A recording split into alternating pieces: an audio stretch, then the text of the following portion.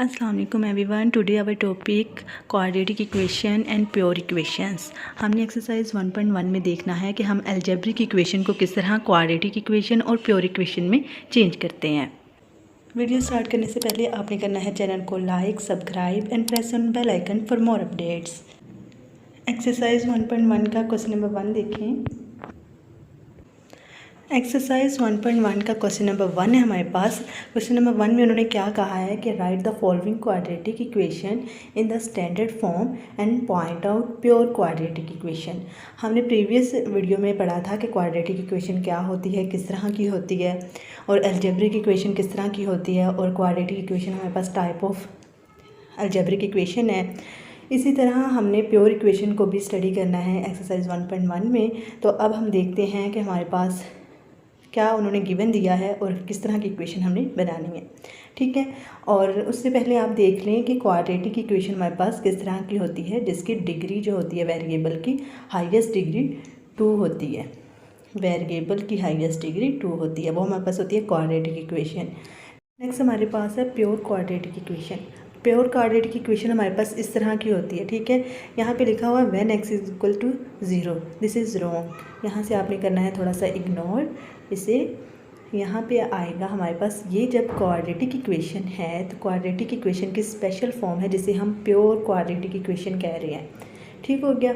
अब देखें कि जब हमारे पास ये क्वाड्रेटिक इक्वेशन है और इसकी जनरल फॉर्म देखें, सबसे पहले हमारे पास होती है ax² plus bx and minus c is equal to 0। ये हमारे पास होती है general form of quadratic equation. और हमारे पास है प्योर क्वाड्रेटिक इक्वेशन, और इसकी जनरल फॉर्म हम किस तरह लिखेंगे, ax की पावर 2 प्लस यहाँ पे आ जाएगा minus c is equal to 0। तो हमारे पास प्योर क्वाड्रेटिक इक्वेशन की जनरल फॉर्म जो होगी वो इस तरह बनेगी। तो इसमें हमारे पास जो स्पेशल कंडीशन है वो ये है कि जो हमारे पास वेरिएबल का कांस्टेंट है वो हमारे पास क्या होगा, b is equal to 0। Then हमारे पास क्वाड्रेटिक इक्वेशन की स्पेशल फॉर्म आ जाएगी pure quadratic equation. Okay, next हम एक्सरसाइज में से देखते हैं कि किस तरह हमने अलजेब्रिक इक्वेशन को क्वाड्रेटिक इक्वेशन और प्योर क्वाड्रेटिक इक्वेशन में कन्वर्ट करना है। यहाँ पे हमारे पास क्वेश्चन नंबर 1 है, ये हमारे पास गिवन है अलजेब्रिक इक्वेशन को अब हमने सोल्व करना है और इसे क्वाड्रेटिक इक्वेशन में कन्वर्ट करना है। तो देखते हैं किस तरह करना है। सबसे गिवन है लेफ़्ट हैंड साइड, वो हमारे पास है x प्लस 7 x माइनस 3। तो ये दोनों जो हमारे पास ब्रैकेट्स हैं ये आपस में क्या हो रही है, मल्टीप्लाई, क्योंकि जब हम x मल्टीप्लाई 3 लिखते हैं तो इस तरह हम लिखते हैं ना, सिंपल। इसी तरह उन्होंने इक्वेशन में लिखा हुआ है। तो हम इसे किस तरह मल्टीप्लाई करते हैं, आइए देखते हैं हम इसे मल्टीप्लाई किस तरह करते हैं। सबसे पहले है x plus 7 x minus 3, left hand side. यहाँ से हमने मल्टीप्लाई किस तरह करना है, सबसे पहले आपने देखना है हमारे पास फर्स्ट हमारे पास वेरिएबल या जो वैल्यू गिवन है वो क्या है, x, ठीक है। इस x को हमने जो सेकंड ब्रैकेट में टर्म्स दी हुई हैं उन दोनों से मल्टीप्लाई करना है, ठीक है।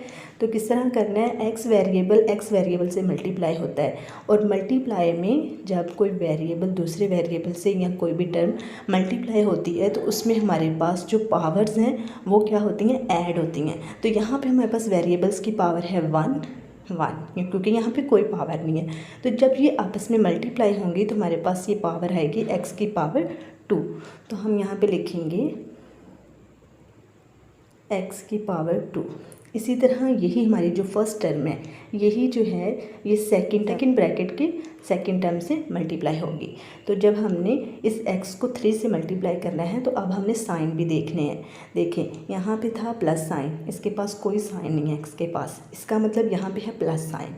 और ये प्लस साइन जब इस नेगेटिव साइन से मल्टीप्लाई होगा तो क्या आएगा, plus minus is equal to minus. तो यहाँ पे हम लगाएंगे माइनस। और जब x से मल्टीप्लाई होगा तो किस तरह होगा, x से 3 मल्टीप्लाई हो रहा है तो सिंपल सी बात है कि वेरिएबल साथ आ जाएगा इस तरह। तो यही हम यहाँ पे लिखेंगे। इस तरह हमने मल्टीप्लाई करना है। पहले हमने फर्स्ट ब्रैकेट की जो फर्स्ट टर्म है उसे इन दोनों से मल्टीप्लाई कर लेना है, और ये अपने याद रखना है कि अपने साइंस को भी इसी तरह मल्टीप्लाई करना है। जैसे देखें यहाँ पे हमारे पास जब हमने फर्स्ट टर्म को फर्स्ट से मल्टीप्लाई किया तो इन दोनों के साथ प्लस साइन था, तो प्लस प्लस क्या होता है प्लस, तो इसकी वजह से हमने प्लस साइन लगाया। नेक्स्ट हमारे पास फर्स्ट टर्म के साथ प्लस था और सेकंड टर्म के साथ नेगेटिव साइन था, तो हमने प्लस माइनस माइनस लगाया, एक्स स्क्वायर माइनस 3x। जब हमने इसे मल्टीप्लाई कर लेना है तो हमने नेक्स्ट टर्म देखनी है सेकंड टर्म, और इसे इन दोनों से मल्टीप्लाई करना है। तो यहाँ पे आ जाएगा 7x माइनस 7 3 21। तो यही इक्वेशन हमने यहाँ पे लिखी है। ठीक है, तो सेम इसी तरह किया हमने। नेक्स्ट स्टेप देखें, सबसे पहले हमने इन दोनों को मल्टीप्लाई किया क्योंकि दोनों आपस में क्या हो रही थी, प्रोडक्ट हो रही थी, तो हमने प्रोडक्ट करके ये इक्वेशन बना ली। इसके बाद हमने क्या किया कि अब देखें कि हमारे पास जो x की टर्म है -3x और +7x दोनों सेम है, दोनों के साथ सेम वेरिएबल है। ठीक है, जब सेम वेरिएबल है तो हम इसे प्लस माइनस कर सकते हैं, और हमें पता है प्लस माइनस माइनस होता है। जब हम 7 में से 3 निकालेंगे तो 4 आएगा, और जो बड़ी रकम के साथ साइन होता है वही हम लगाते हैं, तो 4x + 4x आएगा। तो यही हमने यहाँ पे किया, +4x लिख दिया है। नेगेटिव हमारे पास 21 आ गया। आप यहाँ पे एक बात देखें कि हमें जो गिवन है वो है -7, और -7 जो है वो राइट हैंड साइड पे है। ठीक है, राइट हैंड साइड पे हमारे पास माइनस है, और जब ये लेफ़्ट हैंड साइड पे जाएगा तो ये हमारे पास पॉजिटिव हो जाएगा, तो ये +7 = 0 आ गया। अब यहाँ पे -21 + 7 प्लस माइनस हो रहा है, प्लस माइनस माइनस, और 21 में से 7 निकाल दें बाकी 14। बड़ी रकम के साथ साइन क्या है, नेगेटिव, तो साथ नेगेटिव लगेगा। तो ये हमारे पास आंसर आ गया। हमने क्या किया है, अलजेब्रिक इक्वेशन को क्वाड्रेटिक इक्वेशन में कन्वर्ट किया है। क्वाड्रेटिक इक्वेशन है x² + 4x - 14 = 0। तो हमने सिंपल क्या किया है, standard form of quadratic equation में कन्वर्ट कर दिया। नेक्स्ट हमारे पास है क्वेश्चन नंबर 4, और क्वेश्चन नंबर 4 हमारा जो है वो एलसीएम से रिलेटेड है, क्योंकि हमें जो गिवन वैल्यूज़ हैं लेफ्ट हैंड साइड है वो क्वेश्चन में है। ठीक है, जब हमें क्वेश्चन में वैल्यू आ जाती है इस तरह तो हम एलसीएम लेते हैं। आप रिमेंबर करें प्रीवियस, तो यहाँ से हम जब एलसीएम लेते हैं तो जो नीचे वाली वैल्यू होती हैं हम क्या करते हैं, उनका एलसीएम लेते हैं। यहाँ पे ये दोनों वैल्यू एक दूसरे से क्या हो रही हैं, मल्टीप्लाई हो रही हैं, तो इनका एलसीएम क्या आएगा 6। क्योंकि अगर हम एलसीएम लें भी 3 और 2 का, तो 3 1 = 3 और 2 1 = 2, तो 2 3 = 6। इस तरह आपको याद आया होगा कि हम इस तरह करते थे, तो यहाँ पे आ जाता है 6। ठीक है, तो इसी तरह सेम एज इट इज़ हमने यहाँ पे जो हमें क्वेश्चन में वैल्यू लेफ्ट हैंड साइड में दी हुई हैं तो एलसीएम लेना। ठीक हो गया। यहाँ पे हमें जो वैल्यूज़ दी हुई हैं, यहाँ पे 3 वैल्यूज़ हैं। ठीक है, 4 भी है साथ। तो आप लोगों ने ये याद रखना है कि जब 2 वैल्यू हमें क्वेश्चन में दी हुई हैं और मिड में नेगेटिव साइन है या प्लस साइन है, तो हमने जो है उनका एलसीएम लेना होता है। और याद रखने वाली बात ये है कि यहाँ पे हमें +4 दिया हुआ है साथ। ठीक है, अगर +4 दिया और +4 है, लेकिन 4 जो है वो क्वेश्चन में नहीं है, इसके नीचे कोई बटा नहीं है। ठीक है, यहाँ पे आपको नज़र आ रहा है। लेकिन जब आप लोगों ने एलसीएम लेना है और हमें जो है 2 वैल्यूज़ क्वेश्चन में दी हुई हैं और एक थर्ड वैल्यू भी दी हुई है, लेकिन हमें लग रहा है वो क्वेश्चन में नहीं है, लेकिन जहाँ पे हमारे पास 4 मतलब यहाँ पे 4 है, तो ओवर में हम लिख सकते हैं कि 4/1 होता है यहाँ पे। ठीक है, अगर इस तरह है तो हम जब एलसीएम लेंगे हम, तो हम क्या करेंगे, 4 के नीचे 1, हमें पता है कि 1 एंड 4 के नीचे, तो जब हम एलसीएम लेंगे तो हम नीचे वाली वैल्यूज़ को क्या करेंगे, x - 2 x एंड 1 क्या आ जाएगा हमारे पास, ये एलसीएम आ जाएगा हमारे पास। एज इट इज़ हमने यहाँ पे लिखा है। जब हम इस तरह लिख लेते हैं तो हमने क्या करना होता है, हमने अब फर्स्ट टर्म को देखना है। फर्स्ट टर्म को जब हम देखते हैं तो हमारे पास फर्स्ट टर्म के नीचे क्या है, x - 2। तो हमारे पास x - 2 और x - 2 आप लोगों ने अपने माइंड में लेके आना है कि एलसी हमारे पास ये है, और जिस टर्म को हम देख रहे हैं अभी हम फ़िलहाल फर्स्ट टर्म को देख रहे हैं। इसके नीचे क्या है, x-2। तो यहाँ से हम देखें अगर x-2 से कट जाए यानी डिवीजन कर दे हम, तो हमारे पास क्या टर्म बचती है, x टर्म बचती है। और जो टर्म डिवीजन के बाद बच जाती है हमारे पास, हम उसे मल्टीप्लाई करते हैं ऊपर वाली वैल्यू से। तो यहाँ हमारे पास x मल्टीप्लाई होगा x + 4 के साथ। आपको याद होगा कि जब हम एलसीएम लेते हैं तो नीचे वाली जो टर्म हम लिखते हैं वो फर्स्ट टर्म जिसके साथ हम कर रहे हैं सोल्व, उसके साथ नीचे जो है वो डिवाइड होता है। डिवाइड करने के बाद जो टर्म हमारे पास बच जाती है वो ऊपर वाली टर्म के साथ क्या होती है, मल्टीप्लाई होती है। ये बात एलसीएम में याद रखने वाली होती है। तो हम इसी मेथड से जो है इसे सोल्व करते हैं। तो हमारे पास फर्स्ट टर्म हो गई सोल्व, ये आ गया। नेक्स्ट हमारे पास है नेगेटिव साइन लगा दिया। अब यहाँ पे देखिए हमारे पास जो सेकंड टर्म है इसके जो नीचे है x की वैल्यू x है, और हमारे पास जो एलसीएम है x-2 और x है। तो यहाँ पे देखिए x से कटिंग हो जाएगा। डिवीजन के बाद हमारे पास क्या बचा है x-2, और जो टर्म बच गई है वो ऊपर वाले के साथ क्या होगी, मल्टीप्लाई। तो एज इट इज़ हमने यही किया है, किसे मल्टीप्लाई किया। अब दूसरी बात ये देखें, यहाँ पे x-2 जो है वो मल्टीप्लाई हो रहा है x-2 के साथ। तो इसका मतलब देखें मिड में क्या है, नेगेटिव साइन, और दोनों वेरिएबल्स भी सेम है, कांस्टेंट भी सेम है। तो हमारे पास जब दो टर्म सेम है और मल्टीप्लाई हो रही है, तो मल्टीप्लाई में क्या होता है, पावर ऐड होती हैं। तो क्या हम इसे इस तरह लिख सकते हैं x-2 का स्क्वायर, देन फिर हम इसे इस तरह लिख देंगे, ठीक है, x-2 का स्क्वायर। अब देखिए हमारे पास है नेक्स्ट थर्ड टर्म जो है वो है 4, और 4 को हम किस तरह लिखेंगे, अब 4 के नीचे है 1। तो हमारी डिवीजन किस तरह होगी, यहाँ पे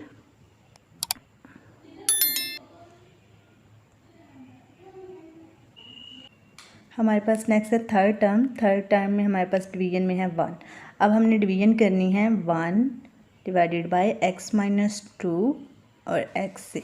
यहाँ पे कुछ कटिंग हो रहा है, नहीं हो रहा। तो हमारे पास जो नीचे वाली टर्म डिवीजन के बाद आती है वो टर्म हमारे पास ऊपर वाली वैल्यू से मल्टीप्लाई होती है, मतलब 4 से क्या होगी, मल्टीप्लाई। तो हमने यही काम यहाँ पे किया है, 4 से मल्टीप्लाई कर दिया, ठीक है। अब देखिए नेक्स्ट स्टेप क्या है हमारा। यहाँ पे हमारे पास जो नीचे वाली वैल्यू थी ये राइट साइड पे हम अगर लेके जाएं तो ये क्या होगी, मल्टीप्लाई होगी, क्योंकि यहाँ पे ये डिवाइड कर रही है। अगर यहाँ पे ये डिवाइड हो रही है तो जब ये राइट साइड की तरफ जाएगी तो ये क्या होगी, मल्टीप्लाई होगी। तो यहाँ पे क्या हुआ है, मल्टीप्लाई हो रही है। तो इसी तरह जब ये टर्म 0 से मल्टीप्लाई होगी तो 0 ही आ जाएगा। तो हमारी नीचे वाली टर्म तो ख़त्म हो गई। अब हमारे पास जो नेक्स्ट स्टेप है कि हमारा जो लेफ़्ट हैंड साइड है उसे हमने सोल्व करना है। अब देखें हम इसे किस तरह जो है वो मज़ीद सोल्व कर सकते हैं। यहाँ पे हमारे पास जो x जो है ये मल्टीप्लाई हो रहा है x+1 से, तो यहाँ पे मल्टीप्लाई हुआ तो x जो है x वेरिएबल से जब मल्टीप्लाई होगा तो इसकी जो पावर होगी वो ऐड होगी मल्टीप्लिकेशन में। तो x² आ गया, 4x प्लस साइन था, प्लस आ गया। नेक्स्ट है x-2 का होल स्क्वायर। x-2 का जब होल स्क्वायर हमारे पास है तो हमने होल स्क्वायर को ओपन करना है। तो हमें पता है कि होल स्क्वायर को हम किस तरह ओपन करते हैं, a² + b² - 2ab ओपन कर लिया। ओपन करने के बाद हमने नेक्स्ट टर्म में देखा है प्लस साइन है, और 4 जो है 4x, यहाँ पे 4x मल्टीप्लाई हो रहा है x-2 के साथ। तो हमने ये मल्टीप्लाई किया 4x को x के साथ किया तो x² आ गया। एंड देन यहाँ पे उन्होंने पहले x को इससे मल्टीप्लाई कर लिया, देन 4 करेंगे मल्टीप्लाई इससे। नेक्स्ट स्टेप देखें, मल्टीप्लाई करने के बाद हमारे पास ये टर्म आ जाती है x² + 4x - x² - 4 + 4x + 4x² - 8x। जब हमने मल्टीप्लाई करने के बाद और ओपन स्क्वायर करने के बाद फुल टर्म को इसको सोल्व करने के बाद लिखा है, तो ये टर्म हमारे पास इस तरह आई है, ठीक है। इस तरह जब आई है तो यहाँ पे देखें अब हमारे पास x² और x² आपस में कटिंग हो रहे हैं। क्यों हो रहे हैं, क्योंकि दोनों सेम वैल्यूज़ हैं, दोनों सेम वेरिएबल सेम पावर के साथ और ऑपोजिट साइन है। तो ये टर्म आपस में क्या हो जाती हैं, कटिंग हो जाती हैं। क्योंकि अगर हम x² को माइनस कर देते हैं x² से तो ज़ाहिरी सी बात है 0 ही बचेगा ना। तो वही हमने यहाँ पे काम किया है। तो नेक्स्ट देखें, नेक्स्ट हमारे पास 8x से कटिंग हो गया, ठीक हो गया। ये भी ऑपोजिट साइन रखते थे। तो टर्म जो बची है हमारे पास रिमेनिंग वो ये है। ओके, अब यहाँ पे देखें, आप लोगों को कॉमन लेना तो आता होगा ना, तो यहाँ पे हमने सिंपल कॉमन लिया है।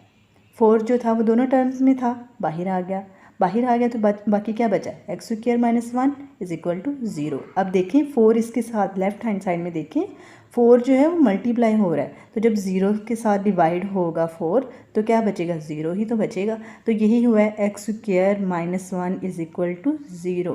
तो ये जो इक्वेशन आई है हमारे पास, ये आप जानते हैं ये प्योर क्वाड्रेटिक इक्वेशन है, क्वाड्रेटिक इक्वेशन की स्पेशल फॉर्म है। तो हमारे पास ये इक्वेशन अब आ गई है, जहाँ पे हमारे पास जो कांस्टेंट b होता है वो इक्वल टू 0 होता है। जब क्वाड्रेटिक इक्वेशन में b इज इक्वल टू 0 आ जाए देन हम कहते हैं कि हमारे पास स्पेशल फॉर्म आ गया क्वाड्रेटिक इक्वेशन की, जिसे हम प्योर क्वाड्रेटिक इक्वेशन कहते हैं। तो this is our pure quadratic equation. उम्मीद है आपको कि मेरा वे ऑफ टीचिंग जो है वो बहुत अच्छा लग रहा होगा। अगर आपको किसी भी क्वेश्चन में प्रॉब्लम है तो आप मुझे नीचे कमेंट सेक्शन में बता सकते हैं।